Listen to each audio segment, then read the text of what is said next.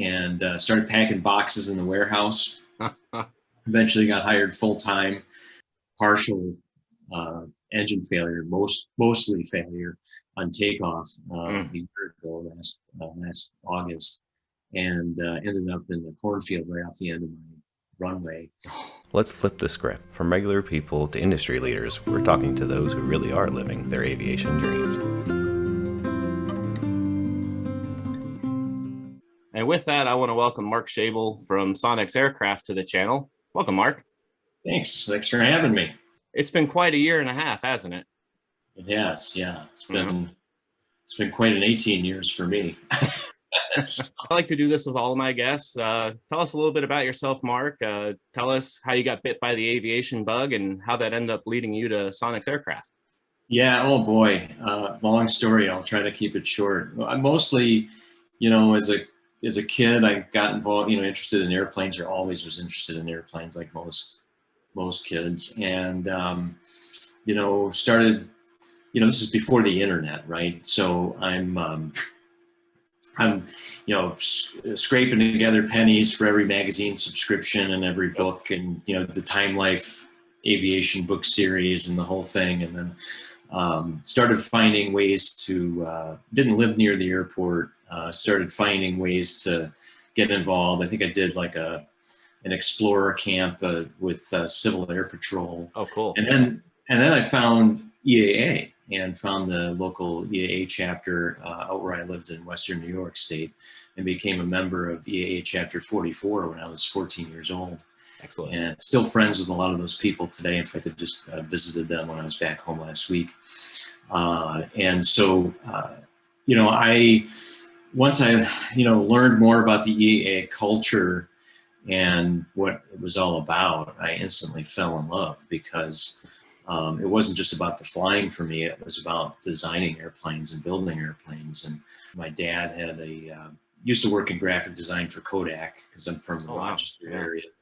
And I had his old drafting table in my room, and I would be designing airplane ideas and everything. And I think one of the EAAs, back in the day when EAA chapters used to do mall shows, where they bring their projects into some big mall and set up their airplanes or partially built airplanes.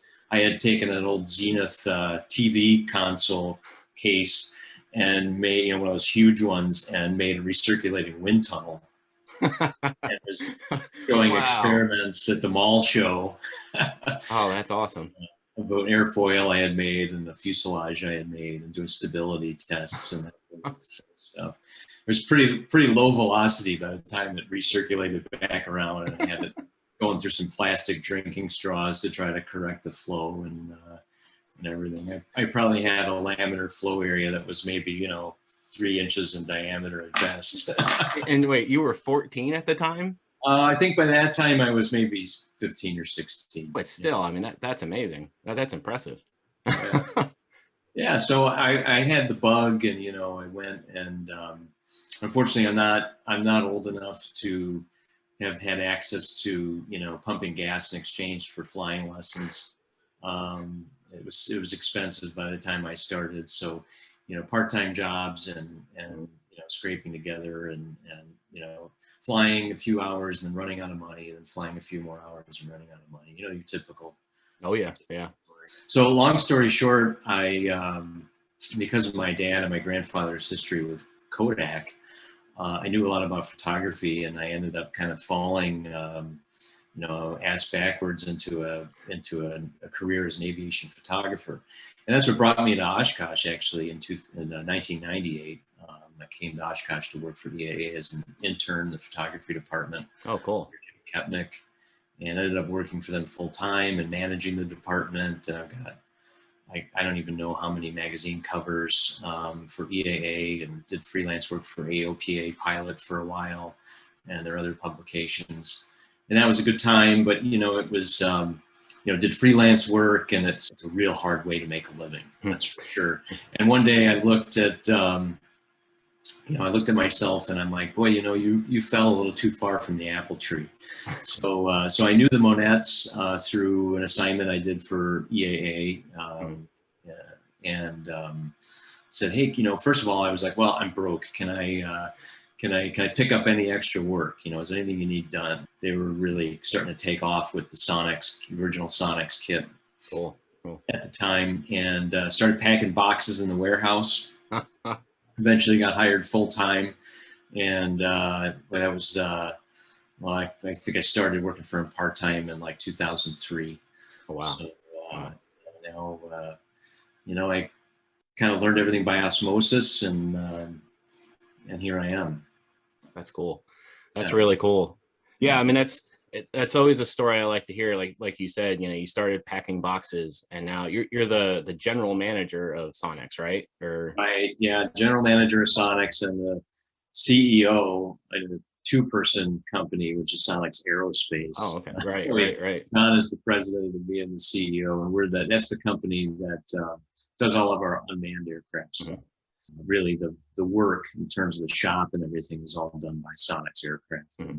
Sonex Aerospace contracts with Sonex Aircraft. So that's an exciting expansion area for our business. One, I just want to say right off the bat that people who are concerned about unmanned aircraft in the national airspace system and mandates for spending a lot of money on equipment you have to install and everything. We're definitely against that. We are in the pilots camp and the EAA members camp in terms that there should be no burdensome requirements. And, just from a simple practicality, a mandate isn't going to reach everyone. You have a lot of no comment. Well, you have a lot of airplanes out there without electrical systems. Yep. Whether it be a J3 or myself, I own and fly Ultralight. You're not going to tell me to go buy $500 worth of ADS-B gear. And I don't even have a transponder in my Sonex, so we're looking at several $1,000s. I can't do that. Yeah, we don't have transponders in most of our airplanes here because we don't have to for the airspace that we fly in here much. So all that means is I can't fly out to the beach or whatever because I'm in Eastern PA right now. Okay, darn, I'll go somewhere else. Exactly. Yeah, so we're definitely are still true pilots and home builders, but the unmanned aircraft thing is really a great diversification for our business and helps to ensure that we're going to be around for the long haul. And that should be important. It is important, I think, to anybody building a Sonex aircraft to know that they're going to be supported and they're going to have company behind the product for many, many years to come. Yeah. I mean, as crazy as the past year and a half was, things may have been delayed a little bit, but every time I ordered parts from Sonex, they came in. So, yeah, maybe not always. I like that support, Right. And one of the things we're feeling the crunch on now, of course, is the COVID supply chain issues. During I would say the heat or the peak of the pandemic, we were fine with parts, but that's because we were depleting everybody's inventory. And now, especially with engine parts for the ROV engines and some other stuff, we've gotten to the end of that depleted inventory. And now, there are factories that shut down. Mali, for instance, that makes pistons and cylinders. They're a factory that make VW piston sets shut down for like 10 months during COVID. Jeez. So, we depleted the supply chain, us and everybody else doing a 2180cc VW, whether it be in an airplane or a car. And so, it took us a while before we get cylinders together. So that kind of stuff keeps cropping up, and we're doing the best we can to get parts and find them from any source we can. We do ask for everyone's patience. Sometimes we'll get a customer who just has no patience and, oh, you're just using COVID as an excuse and this, that, and the other thing. I just want to say, well, what rock are you living under? Yeah. So I know in my day job, we've been affected by it. Our business has certainly changed. And like you said, the supply chain, we do third-party testing. Well, if they can't build the products, we can't test the products. So what do you do? Yeah, we've been really fortunate that, us and all of our competitors in the home built aircraft industry have been really busy. everybody's got all this spare time on their hands, and they're working from home, so they're just 2 steps away from their garage, and maybe a few stimulus checks in the pocket. Mm-hmm. Move that mouse every 15 minutes. That's right. Yeah, and so we've got more people building, which is great, and so not only people with sort of languishing projects getting going again, but also people starting new projects, which is, I think, an incredible, showing of consumer confidence in the home-built aircraft industry. It's tough. We're a small business. We make all unique or mostly completely unique parts in small quantities, and we're dependent completely on the disposable dollar. Mm-hmm. And, that's sometimes a perilous place to be for us and all other competitors. Mm-hmm. And that's where Sonex Aerospace is a real boon to our organization, because of it's a completely unrelated source of income, and helps keep things moving. And we've had slow times in that between contracts, mm-hmm. and they kind of automatically, the 2 business entities kind of cover for each other. When one is slow, the other one's usually busy, and vice versa. Yeah, it doesn't look like government spending is going down anytime soon. So, that's to help keep the lights on over there. Yeah, well, and of course, what feeds sales for us is always new product, whether it be manned or unmanned. We're not naive enough to think that the current economy is going to continue forever. Mm-hmm. There'll be another recession. Absolutely. Who knows how long it'll be? Might not be long at all. Don't know. But the inoculation for that is always new product. That served us well. For instance, when we came out with the 1X in 2011, we were coming off the heels of the big 2008, 2009 financial crisis. Mm-hmm. And it's interesting, when you're in a disposable market business like we are, we have a delayed effect. So 2008 was when everything crashed, but we didn't really have issues till 2009, 2010. Okay. Because people, with a long-term project like this, it takes a lot for somebody to completely change their plans, mm-hmm. and not follow through with something that they've already started. So there's always a delayed effect to a slowing economy, which is good in a way because it helps us to forecast. But as long as we have new product to sell, that's a good thing. Our biggest competitor is not Vans or any of our other competitors. It's barnstormers. It's out there, and so we just always have to have something newer and better to offer. You mentioned your Ultralight, so if we could touch on that a little bit, and what is Hawkin It with Mark? That's my YouTube channel. It's interesting. My link up here somewhere. Yeah, all right, great. My little brother, or my older brother, started a YouTube channel, I don't know, maybe 2-3 years ago, called Dogging It with Lou. Lou is the name of his dog. And so, of course, I had to pick on him a little bit. So I started Hawking It with Mark when I bought this.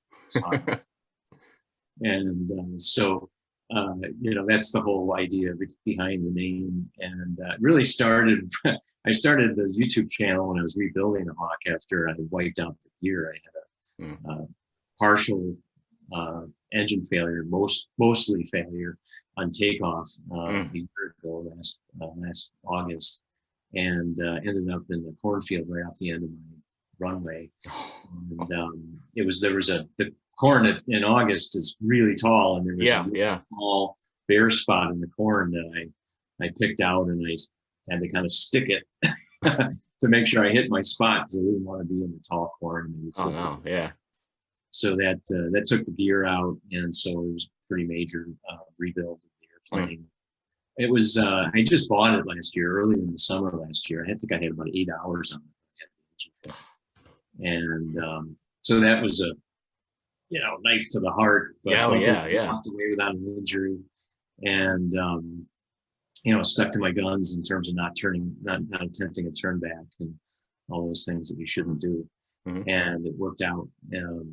But I took the opportunity to improve some other things in the airplane that the original builder maybe didn't do the best, and overhauled the engine, which it had about 300 hours in it, so it was right for overhaul. Never did find why I had a loss of power. I think it had something to do with the fuel system, which I completely rebuilt that as well. So Now I've been flying it. I've got, oh gosh, probably 7 or 8 now trouble-free hours on it after the rebuild, and just started to leave the pattern and the safety of the field that's like 2 blocks away. It's kind of really big and kind of an ag strip kind of a field, and started to venture out. I went to the Brennan Airport fly-in a week ago Saturday, and that was fun. Yeah, I'm still fairly cautious with mine. I keep it fairly local until I get more time in it and I'm more confident, and we'll get there. Discretion is the better part of valor. The CGS Hawk is an airplane that I fell in love with again when I was like 14. When I joined EAA, there were several members of the chapter that had those airplanes, and compared to other ultralights, I just thought, oh, this is like a real airplane. It's control. It's got a roll cage, fuselage and enclosed, or you can take the doors off if you want, which I love to do. And so it's the airplane, one of the airplanes, the one that I really always wanted. Finally had a chance to buy one last year. That doesn't of course diminish my love for Sonex, but of course, yeah. You mentioned the EAA chapter, and I was an EAA member for, I think it was about 5 years. Just I got the magazine and I kept up with stuff, but before I actually checked out a chapter, and that's something I've said on my channel multiple times, and I've tried to encourage people, is I really wish I would have gone and checked out a chapter that day, ASAP, and get connected with those guys, because there is a little bit of difference from the regular guys and the EAA guys, and it's been a great community to get involved with, and I've enjoyed it a lot. And so yeah, it's great. I can't say enough good things about EAA, and even after having worked there as a full-time employee, I still think about the organization, and especially what people like Charlie Becker have done for the organization, who we work with really closely. And that's the whole reason that we're located here in Oshkosh. John Monette started the business in Illinois. Right. And moved up here when the museum moved here, and John built his original building on 20th Avenue, which is now the C.R. Meyer Construction Company building. And it's interesting, that cast stone or cast concrete with the stone embedded on the exterior, that was John did that first, and then Paul came over and saw the building and said, oh, we got to do this on the museum, it's beautiful. So that's the reason why the museum has that material. What's been your favorite part of working for Sonex all these years? Boy, I would have to say variety. I love the fact that I can be doing 2 completely different things or more within a day, within a week, from 1 month to the next, and the ability for growth. I mean, I've personally grown more than I ever imagined I would, from somebody packing boxes to his only real useful skill was photography, and now I'm running, kind of helping to run the place, and now with High Wing designing airplanes, and of course we got a great team of engineers here, but including a couple of new hires who are really fantastic. Last question I have for you today. What advice would you give to someone considering building a Sonex or YX or any of your products? Just do it. Yes. Stop thinking about it. Stop talking about it, and get started. I love it. Life is too short. Well, Mark, I really appreciate you coming on today, and anytime you want to stop by again, please feel free. Any announcements, anything you want to do, we'll talk about whatever. I'd love to have you again. Yeah, absolutely. Make sure you're on our press release mailing list if you're not already. We have those RSS feeds that feed directly into MailChimp mailing lists. So, and for anyone who's interested in staying up to date on new projects, whether it be the 2-place jet or the High Wing or anything else, you can just go to our news feeds and RSS feeds page on our website and sign up, and there are actually check boxes, so you can check your interest area, and we'll only send you an email when we're distributing something that fits within your interest area. We tried really hard not to spam people, and we do honor unsubscribes, so definitely hit that subscribe button if you have any interest at all, and that includes the media. We do have a list, a feed that's directly just for press releases. Cool. Yeah, no, and I'll definitely have some links available below to all the different ways you can reach out to Sonex Aircraft. All right, sounds Thanks, good. Mark.